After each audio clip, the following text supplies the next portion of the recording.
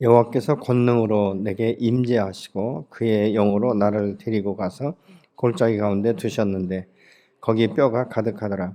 나를 그 뼈 사방으로 지나가게 하시기로 본즉 그 골짜기 지면에 뼈가 심이 많고 아주 말랐더라. 그가 내게 이르시되 인자야 이 뼈들이 능히 살 수 있겠느냐 하시기로 내가 대답하되 주 여호와여 주께서 아시나이다. 또 내게 이르시되 너는 이 모든 뼈에게 대언하여 이르기를 너희 마른 뼈들아 여호와의 말씀을 들을지어다. 주 여호와께서 이 뼈들에게 이같이 말씀하시기를 내가 생기를 너희에게 들어가게 하리니 너희가 살아나리라. 너희 위에 힘줄을 두고 살을 입히고 가죽을 덮고 너희 속에 생기를 넣으리니 너희가 살아나리라. 또 내가 여호와인 줄 너희가 알리라 하셨다 하라. 아멘. 우리가 믿음의 삶을 살고 이 기도의 사람은 날마다 영적으로 그 영안이 열리고 이 귀가 열려서 하나님의 말씀을 대언할 수 있도록, 그리고 하나님께서 보여주시는 이 말씀이 자기의 믿음 가운데 확신을 가질 수 있도록 역사하시는 분이 바로 여호와 하나님인 줄로 믿습니다. 기도의 사람은 그렇기 때문에 늘 새로운 세계를 볼 수 있는 것은 무엇이냐면 지금까지 한 번도 경험하지 못했던 것들을 경험하게 되고 보고 듣고 하는 이런 그 놀라운 기적을 우리가 경험할 수 있다는 것이죠. 이 신앙생활이라는 것은 그렇기 때문에 그냥 덮어놓고 신앙생활하는 것이 아니고 남이 가기 때문에 내가 그 길을 따라가는 것이 아니라 주께서 나를 부르신 목적과 삶의 의미가 무엇인지를 분명히 알고 따라가는 것, 그것이 정말 재미있고 신바람 나는 이런 신앙생활을 우리가 할 수 있다는 것이죠. 하나님께서는 수많은 사람 가운데 이 에스겔을 선택하셔서 에스겔에게 당신께서 이 땅 가운데 행하실 일들에 대해서 지금 구체적으로 하나하나 말씀하시는 것을 우리가 볼 수 있게 되는 것이죠. 그래서 1절에 보니까 여호와께서 권능으로 내게 임하시고 그의 영으로 나를 데리고 골짜기로 갔는데 그곳에 가보니까 마른 뼈로 가득하더라, 이렇게 지금 말씀하고 있지 않습니까? 근데 이 에스겔의 이 성령의 임재나 이 주의 말씀을 따라서 갔는데 이 마른 뼈가 가득한 그곳에 섰는데 2절에 보니까 여호와께서 또 그곳을 이제 이쪽 저쪽으로 다녀라, 이렇게 지금 말씀하시는 것을 우리가 볼 수 있게 되는 것이죠. 그런데 그 뼈들이 얼마나 말랐는지, 아주 메말라서 생명체라고는 상상할 수 없을 만큼 그런 뼈들이라는 것이죠. 어떻게 보면 이 뼈가 오래되다 보면 이 풍화작용에 의해서 손으로 만지면 부러질 수 있고, 이제 이런 이 상태가 있다는 것을 지금 나타나게 되는 것이죠. 이 말씀의 의미는 어떤 말이냐면 사람이 하나님의 영을 떠나서 살면 그가 이 인생의 삶을 살아갈 때 굉장히 메마르고 공허한 이런 삶을 살아갈 수 있다는 것이죠. 육체는 살았으나 그의 영이 하나님과 소통이 되지 않기 때문에 그의 인생의 나그네 길의 이 삶은 이 메마른 마른 뼈와 같은 이 고통의 이 시간들을 보내는 것들을 말하고 있는 것이죠. 그렇기 때문에 이 삶의 의미와 목적이 무엇인지를 정확하게 구별할 수 없는 것이죠. 그렇기 때문에 이 세상의 이 원리를 따라서 살다 보니까 이 세상의 것들은 어떻습니까? 먹으면 먹을수록 더 배고프고 더 목마름이 있는 것들을 우리가 볼 수 있지 않습니까? 여러분, 세상에 그 어떤 사람도, 그 어떤 부자도 말이죠, 만족함이 없는 것이죠. 행복한 순간에 또 다른 것들을 요구하게 되는 이런 이 욕망, 이런 탐욕, 탐심, 이런 것들이 그 안에 자리 잡기 때문에 그런 것을 우리가 보게 됩니다. 우리가 신앙생활을 해도 왜 사람들이 공허하다고 생각하죠? 왜 자기의 인생이 이렇게 힘든다라고 말을 합니까? 그것은 하나님과의 영적인 교제가 단절됐기 때문에 그런 것 아니겠습니까? 여러분, 우리의 신앙생활이라는 것은 예수 믿고 구원받으면 그냥 저절로 믿음이 생기는 것이 결코 아니라는 것이죠. 믿음은 연단과 이 훈련을 통해서 우리에게 하나하나 그 기반이 닦여지기 시작하고 한층 한층 높아지기 시작하면서 우리가 영적 성숙을 추구해 나가는 이런 그 모습을 우리가 볼 수 있지 않습니까? 성경의 인물 가운데 하나님 앞에 쓰임받는 사람들은 대체적으로 보면 하나님과 깊은 교통 가운데 있는 사람들인 것을 우리가 볼 수 있게 되는 것이죠. 여러분, 하나님의 역사는 내가 한 번 성령으로 충만했다고 해서 끝까지 평생 충만한 것이 아니지 않습니까? 늘 새롭게, 매일매일 새롭게 주님 앞에 나가서 주의 음성을 듣는 것이죠. 그래서 여기에서 이 말씀의 의미는 뭐냐? 이스라엘 민족에 대해서 지금 말씀하고 있는 것이죠.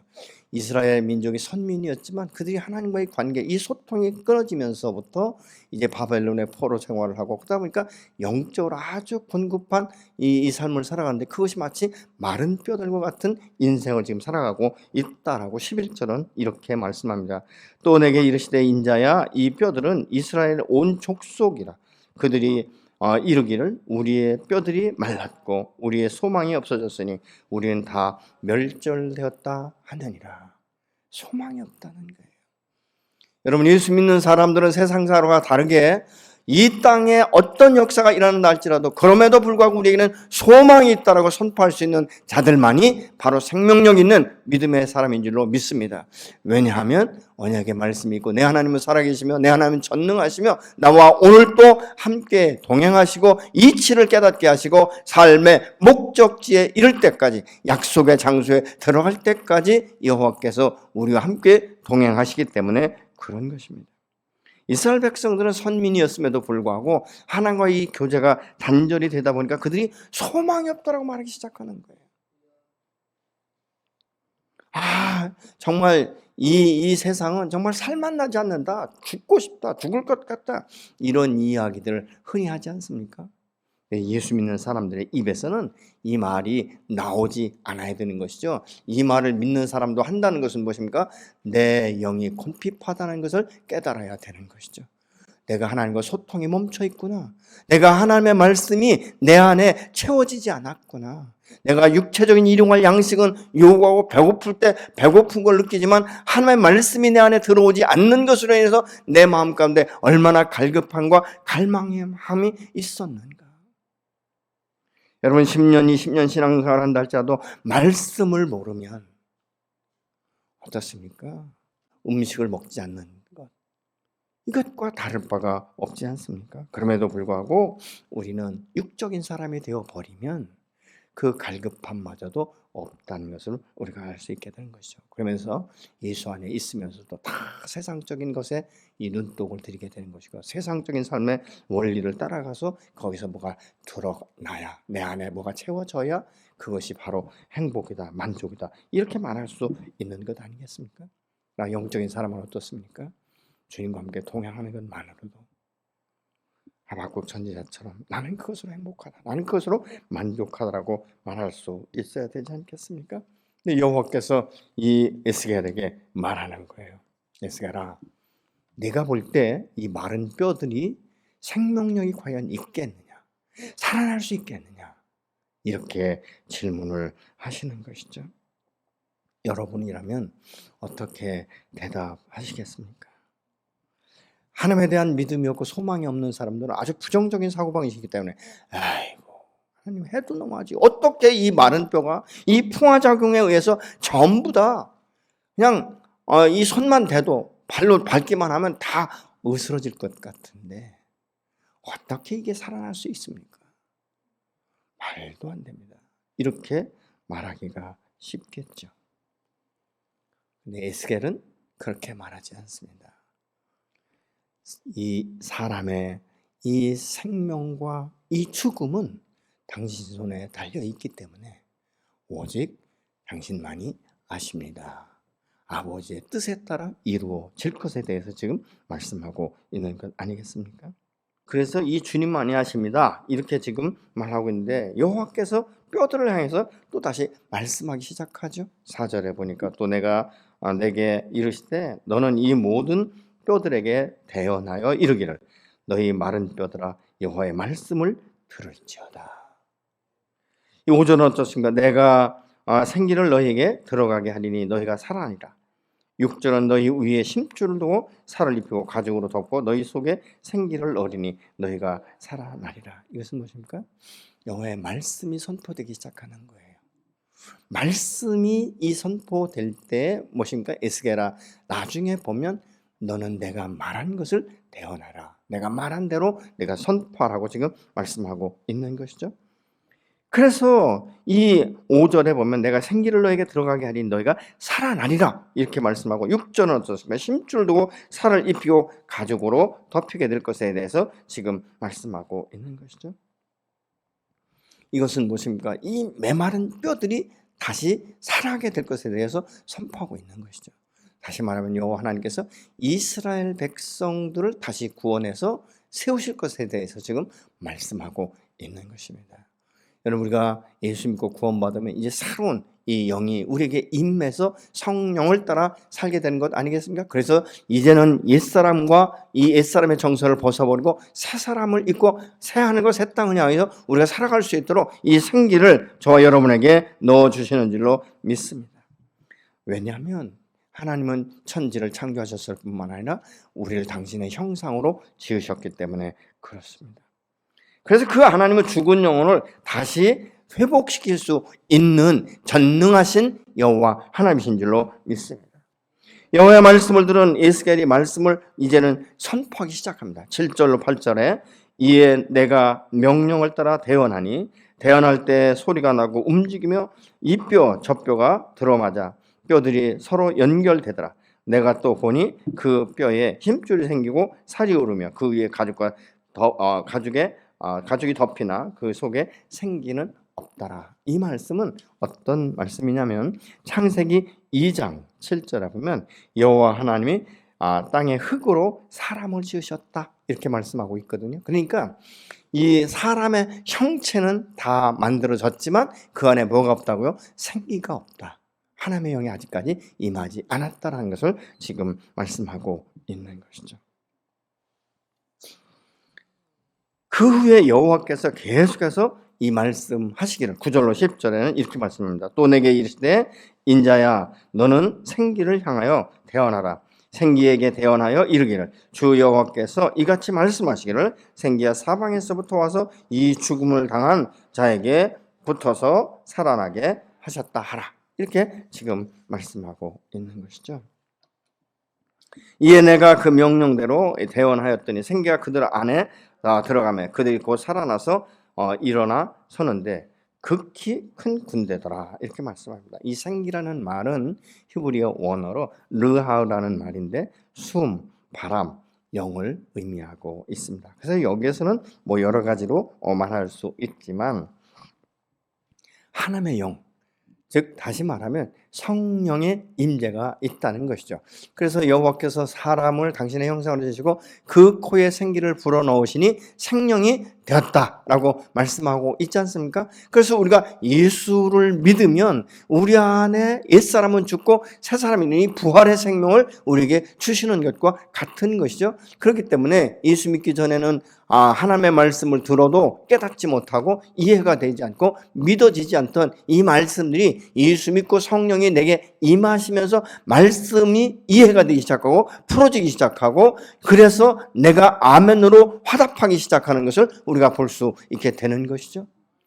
여러분, 그래서 이 성령의 역사가 일어나는 사람들에게는 말씀이 지식의 말씀이 아니에요. 이건 좋은 선생님의 말씀이 아니라는 것입니다. 어떤 무슨 성인들의 말이 아니라는 것이고 이 말씀은 살아 운동력이 있는 말씀이며 정말 사람의 심령과 관절과 골수를 찔러 쪼개고도 남는 이런 생명력 있는 말씀이 되기 때문에 과거의 옛사람의 정서를 완전하게 고쳐나가는 이런 역사들이 저와 여러분 안에 있어지기 시작하는 거예요. 과거에는 그 맞던 이야기들이 하나님의 말씀이 내 안에서 임하며 성령이 운행하고 성령이 역사가 되어지면 그것이 옳은 것이 아니라 죄라는 것을 깨닫기 시작하는 것이죠. 내가 많은 것들을 용납하고 많은 사람들보다 굉장히 나은 사람인 줄 알았는데 내가 얼마나 죄인이고 내 마음 가운데 얼마나 부패되고 얼마나 잘못 세워졌던 이런 이 삶들이 우리 안에 얼마나 많이 쌓이는지 이런 것들을 알면서 회개하기 시작하지 않습니까? 우리는 어떻게 보면 정말 세리와 같이 하나님 내가 무슨 말을 할 수 있겠습니까?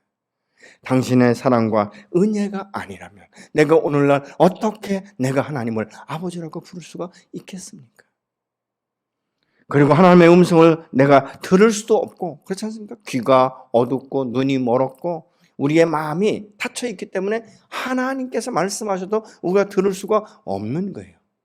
근데 성령이 임하면서부터 말씀이 내 안에 이제 들어오기 시작하고 이것이 하나하나 내 마음 가운데 정말 예리하게 하나하나 무너뜨리기 시작하고 그러면서 이 하나님의 음성에 더 귀를 기울이게 되지 않습니까? 여러분, 하나님의 사람은 기도를 통해서 자꾸 예민해지는 거예요. 감각적으로 예민해요. 감각적으로 분별력이 생길 수 있는 것은 무엇입니까? 어쩌다가 아니라 매일 매 순간순간마다 하나님께 동행하는 것이죠. 여러분, 기도의 사람이라는 것은 내가 많은 기도의 응답을 받는 것도 중요하지만요, 기도의 응답을 받은 사람의 궁극적인 목적은 무엇인지 아십니까? 로마서 8장 29절의 말씀처럼 예수의 형상을 닮아가는 것, 그것이 우리 기도의 응답과 목적이 되어야 되는 거예요. 내가 아무리 많은 응답을 받았어도 내 삶이 예수 그리스도의 형상으로 닮아가지 않는다면 우리의 기도는 무엇입니까? 내 욕구에 의한 것 아니겠습니까? 어떻게 보면 이 종교화된 하나의 그 모습이라고 우리가 볼 수 있게 되는 것이죠. 생기가 그 안에 들어가기 시작하니까 살아있는 생명력이 이제 회복되는 이런 역사가 일어난다는 것이죠. 그래서 살아나게 하다, 이 말은 살다, 생명을 유지시키다, 이런 의미를 가지고 있는 거예요. 성령이 내게 임하면 새 영이 임하면서 나의 생명력을 지속적으로 유지시켜서 영원토록 주님과 함께 동행하는 이런 역사가 우리 안에 있어지게 되는 것입니다. 그렇기 때문에 이 말씀은 영적으로 핍절된 이스라엘 백성들을 향해서 이 영적인 상태를 회복시킬 것에 대해서 말씀하고 있습니다. 뿐만 아니라 12절에 내 백성들아, 내가 너희 무덤을 열고 너희를 거기서 나오게 하고 이스라엘 땅으로 들어가게 하리라. 이 말씀의 의미는 바벨론에 포로되었던 그들이 이제는 이 바벨론에서 나와서 당시 하나님의 약속의 땅으로 임하게 될 것에 대해서 지금 말씀하고 있는 것이죠. 그 결말은 25절로 26절의 말씀입니다. 야곱에게 준 땅, 그들의 조상들이 거주할 땅으로 인도하여 그들과 자자 손손이 영원히 거주하고 다윗의 왕권에 대해서 지금 말씀하고 있는 것이죠. 그들과 언약을 세워서 영원토록 그들과 함께 할 것이며 그들 안에 여호와의 성소를 세워서 영원히 이르게 할 것에 대해서 지금 말씀하고 있는 것입니다. 27절을 보면 내 처소가 그들 가운데 있을 것이며 나는 그들의 하나님이 되고 그들은 내 백성이 되리라. 아멘. 그들은 내 것이 되면서 또 나의 백성이 될 것이다라고 말씀하고 있지 않습니까? 여러분, 이것이 무엇이냐면 하나님과 함께 동행하는 이 사람의 이 회복된 영에 대해서 지금 말씀하고 있는 것이죠. 마른 뼈 같은 이스라엘 백성들이 이제는 이 성령의 역사를 통해서 그 안에 생기가 들어가면서부터 하나님과의 관계가 다시 회복되어지며 이 다윗의 왕권처럼, 그 다스리는 것처럼 하나님의 백성이며 하나님과 함께 동행하는 이 삶에 대해서 지금 이 에스겔을 통해서 여호와께서 선포하게 하시는 거예요. 여러분, 믿음의 사람은 그렇기 때문에 생명력 있는 이 복음, 이 생명력을 오늘 또 선포해야 될 사명이 저와 여러분 안에 있는 줄로 믿으시기 바랍니다. 왜요? 내 안엔 부활 생명이 있기 때문에 그렇습니다. 여러분, 우리의 이 생명은요, 육체적인 부활만이 아니지 않습니까? 영적인 부활이 우리 안에 있는 것이죠. 그래서 우리는 생명의 이 역사들을 우리가 경험하기 시작하는 것이죠. 그래서 부활의 생명이다라고 우리가 말하고 있는 것 아니겠습니까? 과거에 나는 죽었고 내가 다시 사는 것은 내 안에 그가 사신 것이다라는 이 갈라디아서 2장 20절의 말씀처럼. 그러면서 이스라엘 백성들을 거룩하게 하는 이 여호와인 줄을 열국이 알게 하겠다, 이렇게 지금 말씀하고 있어요. 여러분, 내 안에 성령을 따라 내가 살기 시작하고 말씀이 내 안에서 생명력 있게 운동력 있게 이렇게 움직이기 시작하면 사람들이 나를 통해서 변화를 느끼기 시작한다는 것이죠. 그래서 내 삶이 바로 생명의 복음을 증거하는 이런 역사들이 나타나기 시작한다는 것이죠. 그래서 우리가 이 죽은 정말 예수 밖에 있는 이 영혼들을 볼 때 불쌍히 여기고 긍휼히 여기는 마음을 가져야 되는 것 아니겠습니까? 그러면서 에스겔처럼 그들에게 생명의 복음을 선포하기 시작해야 되는 거예요. 이게 생동력 있는 그리스도인의 삶의 모습 아니겠습니까? 근데 왜 우리가 복음을 증거하지 못하는가? 담력이 없든지 어떻게 보면요, 내 안에 정말 생명력이 없을 수도 있습니다. 또 다른 면으로 보면 내 삶이 아직 정리되지 않았기 때문에 내가 생명의 복음을 증거하고 예수 믿으라고 할 때 너나 잘하셔 이럴까 봐 어떤 두려움, 이것 아니겠습니까? 그러나 여러분, 우리는 완전하기 때문에, 온전하기 때문에 생명의 복음을 증거하는 것 아니에요. 내 안에 예수의 생명이 있다면 내 안에 있는 것들을 증거하기 시작하는 것이죠. 여러분, 복음이라는 것은 그냥 내가 무슨 지식으로 전달하는 것 아니지 않습니까? 내가 어떻게 예수를 믿게 되는지, 그리고 예수를 만난 후에 나의 삶이 어떻게 지금 변화되고 있는지. 사실 우리는 예수 믿고 나면 다 공사 중이에요. 계속 우리가 새롭게 건설해 나가기 시작하는 것이죠. 그러니까 어떤 분들은 그렇게 말해요. YM 같은 데는 항상 이게 DTS나 제자 훈련 받을 때 공사 중이라고 아예 명찰을 그렇게 써서 붙이고 다니는 사람들도 있어요. 나는 지금 공사 중입니다. 그렇기 때문에 너무 많은 부족한 것이 많고 아직도 미완성된 것이 많습니다. 그렇기 때문에 나를 완전하게 보지 마시고 지금도 계속적으로 변화되는 과정 가운데 있다는 사실을 알아달라고 말하고 있는 것이죠.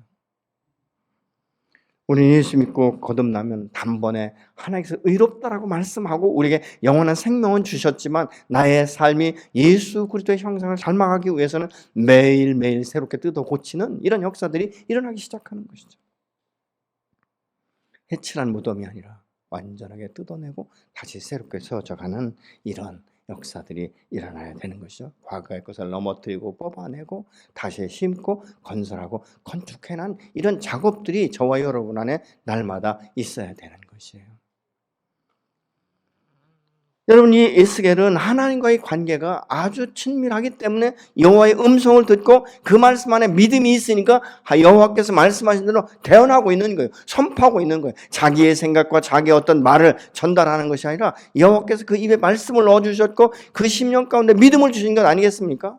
그렇기 때문에 이 마른 뼈 같은 이스라엘 백성들을 향하여 지금 선포하고 있는 것이죠.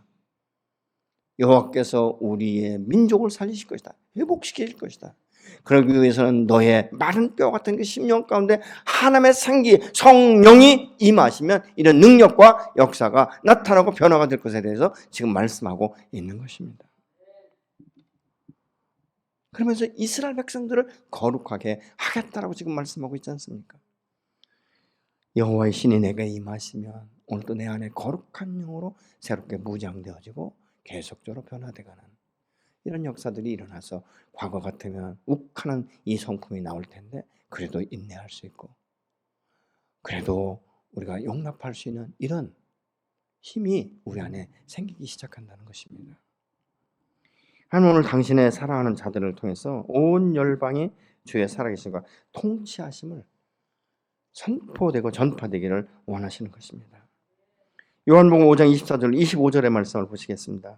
진실로 진실로 너희에게 이르노니 내 말을 듣고 또 나 보내신 이를 믿는 자는 영생을 얻었고 심판에 이르지 아니하나니 사망에서 생명으로 옮겨느니라. 진실로 진실로 너희에게 이르노니 죽은 자들이 하나님의 아들의 음성을 들을 때가 오나니 곧 이때라. 듣는 자는 살아나리라. 아멘. 우리 예수 믿고 구원받은 것은 하나님의 음성을 들은 거예요. 누군가 나를 위해서 기도해줬고 누군가 나에게 생명의 복음을 증거해줬고 누군가 나에게 하나님의 사랑을 보이지 않는 중에 은연 중에 흘려보냈기 때문에 이 말씀이 어느 순간에 내 심령 가운데 탁 와서 울림이 있는 것이죠. 아, 내가 죄인이구나. 나는 선하고 괜찮은 사람인 줄 알았는데 이 생명의 말씀이 내게 임하다 보니까 내가 얼마나 죄인인지를 깨닫기 시작하는 것이죠. 그래서 그것이 내 안에 울림이 되고 이것을 내가 받아들였을 때 사망에서 생명으로 옮겨지며 심판에 이르지 않는 이 놀라운 축복을 우리가 받게 되는 줄로 믿습니다. 그 예수를 믿을 때 사망에서 생명으로 옮겨진 자들에게는 요한복음 1장 12절의 말씀처럼 하나님의 자녀가 되는 권세를 주시지 않습니까? 우리의 신분과 권위가 완전하게 바뀌어버리는 거예요. 어둠의 영, 어둠의 노예, 정말 그래서 이 어둠의 앞잡이가 되었던 우리가 이제는 새로운 생명으로 거듭나서 하나님을 대적하던 내가, 하나님의 말씀이 무엇인지 이해가 되지 않던 내가 이제는 하나님의 자녀가 돼서 하나님을 아버지라고 부를 수 있는 이런 특권을 누리는 삶이 저 여러분 안에 있어진 것 아니겠습니까?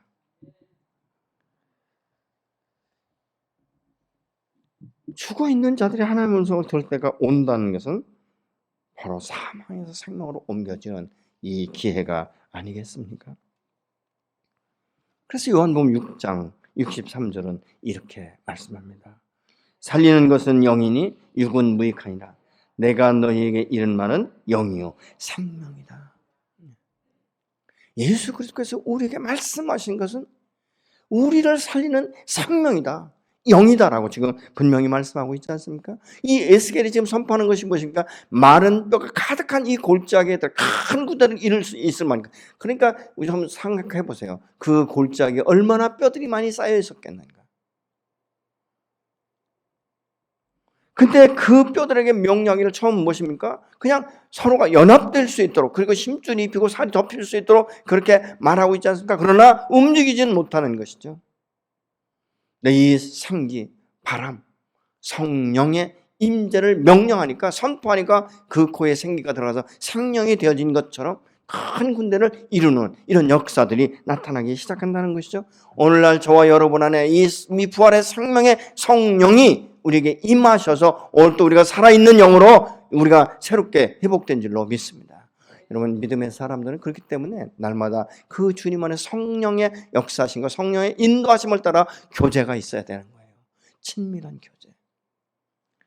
여러분, 우리가 수십 년을 교회 다녀도 기도하지 않기 때문에, 영적인 호흡이 멈췄기 때문에 소통이 되지 않고 하나님의 음성을 들을 수 없다면 여러분, 우리는 다를 바가 없는 거예요. 옛날에 이런 말이 있었어요. 한 80이 된 노인 양반한테 가서 이제 이 낫을 빌리러 갔는데, 할머니 낫 좀 빌려갈게요. 그러니까 뭐? 싫다라는 거기 없지? 이렇게 말하더라는 거예요. 소통이 되지 않는 것이죠. 여러분, 우리 안에 성령의 임재가 없으면 하나님과의 소통이 안 돼요. 그러면 성령의 임재가 있으면 무엇입니까? 하나님과 소통이 돼야 되지 않겠습니까? 하나님 음성을 들을 수 있어야 되는 거예요. 근데 막연하게 듣는 것이 아니죠. 내 안에 성령의 임재가 있을 때 아버지 앞에 나가서 우리가 구할 수 있는 것이죠. 여러분, 그래서 이 예수 믿는 사람들에게는 정말 세상이 줄 수 없는 이런 특권이 우리에게 있는 것이죠. 내가 하나님과 대화할 수 있다는 것. 그럼 이 세상 사람을 보면 미쳤다고 말할 수 있을 거예요. 근데 어떻습니까? 우리가 육신의 아버지와 친밀감을 가진 사람들은요, 아주 깊은 것까지도 이 아버지하고 대화할 수 있지 않습니까? 소통이 되지 않습니까? 근데 부모라고 말하고 있지만 자녀들이 소통이 단절된 이런 상태가 있지 않습니까? 서로 대화가 되지 않는 것이죠. 이해가 되지 않는 것이죠. 용납이 되지 않는 것입니다. 소통이 되는 사람은 어떻습니까? 모든 것들을 이야기하기 때문에 부모와의 관계 가운데 벽이 없는 거예요. 우리 하나님과의 관계가 그래야 되지 않겠습니까? 아버지라고 부를 때 그 아버지가 내 안에서 내 곁에서 계신 것을 우리가 알고, 내가 외롭고 고독하고 너무 힘들 때 그 아버지 품에 내가 기댈 수 있어야 되는 것이고, 큰 소리로 외치지 않더라도 마치 작은 소리로, 그리고 내가 정말 육체적으로 병들고 너무 고통 가운데 너무 이 세상에 무거운 짐을 졌을 때 내 숨결을 보시고도 나를 아시는 하나님, 그 하나님이 당신의 품에 안으시면서 사랑하더라. 내가 너의 고통을 안다. 너의 무거운 짐을 안다. 너 육체의 질병으로 내가 지금 이 정말 말로 표현할 수 없는 이 고통 가운데 있는 것을 내가 잘 안다라고 말씀하시는. 그래서 때로는 하나님께서 임하시면 그 육체의 질병이 떠나는, 때로는 예수님께서 베데스다 연못가에 38년 된 환자를 찾아가셔서 말씀하시고 일으키신 것처럼 질병이 치유되기도 하고, 때로는 내가 이 세상에 이 험난한 세상과 우겨쌈을 당했을 때 나에게 다가오셔서 건져내시면서 피할 길을 여시는 이 하나님 우리가 경험할 수 있지 않겠습니까? 에스겔에게 말씀하셨던 하나님은 오늘도 저희 여러분에게 말씀하십니다. 때로는 내 곁에 있는 누구에게는 이 생명, 이 부활의 생명의 말씀을 선포할 수 있도록 우리가 오늘 또 말씀하기 시작하는 것이죠. 여러분 어떻습니까? 예수 믿고 거듭나서 하나님의 자녀가 되셨습니까? 그러면 그 아버지 앞에 소통이 되고 계십니까? 그 음성을 듣고 그 말씀을 때로는 대언하십니까? 이것이 저 여러분의 되어져야 될 줄로 믿습니다. 여러분, 하나님 우리의 모든 삶, 그래서 로마서 이 8장 28절의 말씀처럼 모든 것이 합력해서 선을 이루는데 그 선을 이루는 것은 목적이 29절의 말씀, 예수님의 모습을 닮아가는 것 아니겠습니까? 예수님이 이 땅 가운데 오신 목적이 무엇이죠? 죽은 영혼을 살리는 것 아니겠습니까? 사망에서 생명으로 옮기는 생명의 복음을 전파하지 않으셨습니까? 그러면서 그것을 도제 훈련을 통해서 제자들에게 가르치셨고, 이 제자들은 부활의 그 주님을 만난 후에 그 성령의 강력한 임재를 사도행전 2장에서 경험한 후에 예수님처럼 생명의 복음을 증거하지 않았습니까? 그런 마른 뼈 같은 이스라엘 백성들을 향하여 에스겔이 선포할 때 에스겔의 마음이 어땠을까? 얼마나 아팠을까? 그 모습을 말씀하시는 주님의 음성을 이해하고 깨달을 때 이스라엘 백성들의 그 영혼을 바라보는 에스겔의 심정이 어땠을까? 그리고 그 말씀을 대하는데 놀라운 것은 그 말씀대로 임하는 것을 에스겔은 보지 않았습니까? 저와 여러분을 통해서도 하나님이 이 밤에도 말씀하시고 여러분의 삶을 통해서 주변의 수많은 영혼들이 사망에서 생명으로 옮겨지는 놀라운 능력을 하나님은 이 밤도 저와 여러분에게 부어주실 줄로 믿습니다. 우리가 하나님의 음성을 듣지 못한다면 여러분 하나님 앞에 기도하십시오. 아버지, 내가 당신의 음성을 듣기를 소망합니다. 주님, 내게 말씀하여 주십시오. 깨달을 수 있는 지혜를 주시고 들을 수 있는 귀를 열으시고 내가 마음에 품을 수 있는 믿음을 주시고 이것을 대언하고 선포할 수 있는 용기를 다하여 주옵소서. 함께 기도하시겠습니다.